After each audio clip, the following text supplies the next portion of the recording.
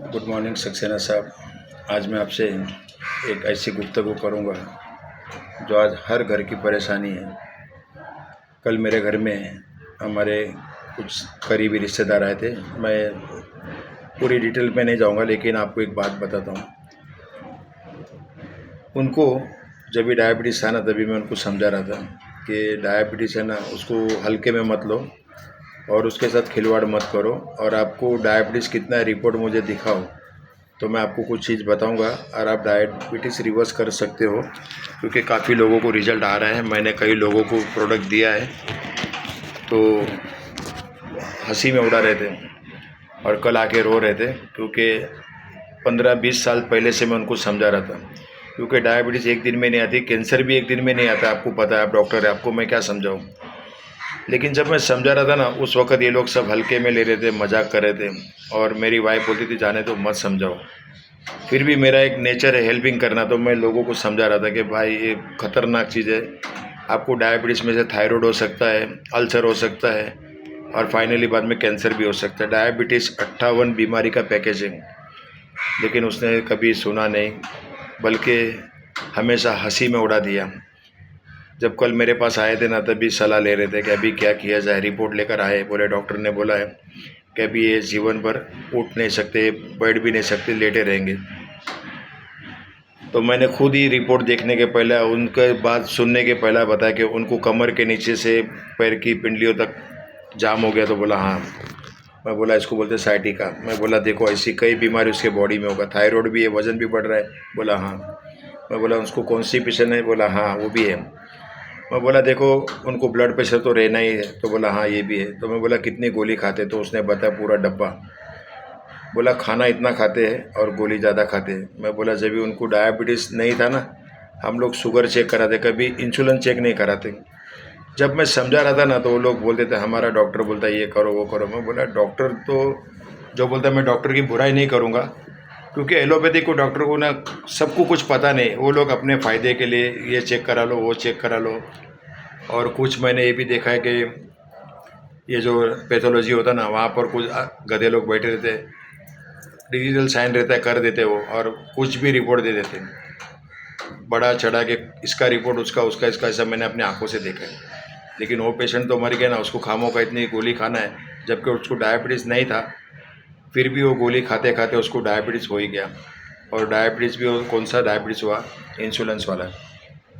अब वो एक जिंदा लाश बन के वो महिला है, उसको हर एक चीज़ बिस्तर में होता है, ना बैठ सकती है, और चिड़चिड़ापने की वजह से सबके साथ झगड़ा होता है। और घर में एक नेगेटिव पात्र जैसा हो गया कि यार अतिथि तुम कब जाओगे, अभी कब बिस्तर खाली करोगे और हमको छुटकारा दोगे।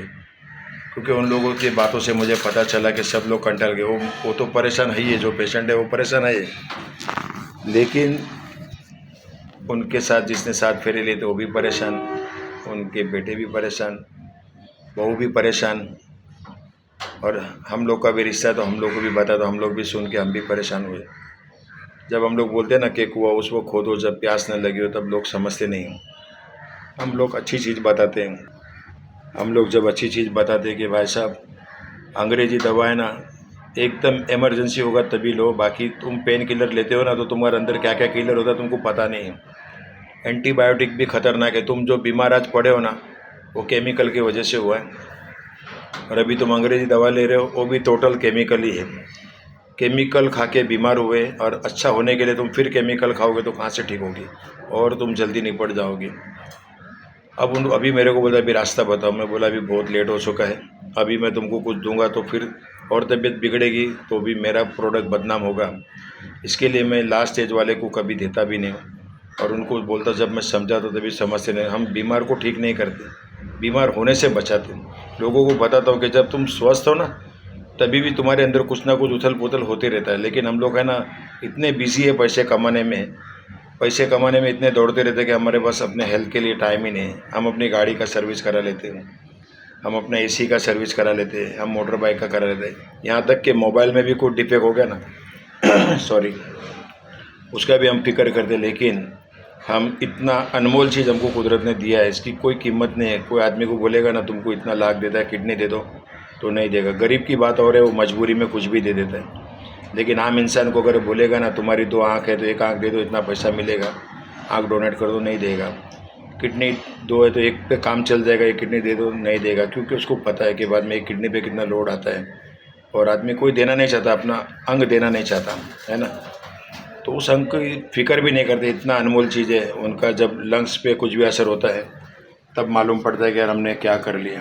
और हमारा खान पीन, हमारी लाइफस्टाइल इतनी ख़राब हो चुकी है, हमको पता ही नहीं। कल सर हम लोग बहुत विचलित हो गए थे, इसलिए मैं बोलता हूँ कि लोगों को बताता हूँ ना मैं, वो उस वक्त खुद प्यास न लगी हो। क्योंकि मेरे पास जो प्रोडक्ट है सर, आपके पास भी वही है। आप एक डॉक्टर होकर भी समझ गए हैं, एलोपैथी के डॉक्टर होते हुए भी आप लोगों को आयुर्वेदिक की तरफ मोड़ते हैं।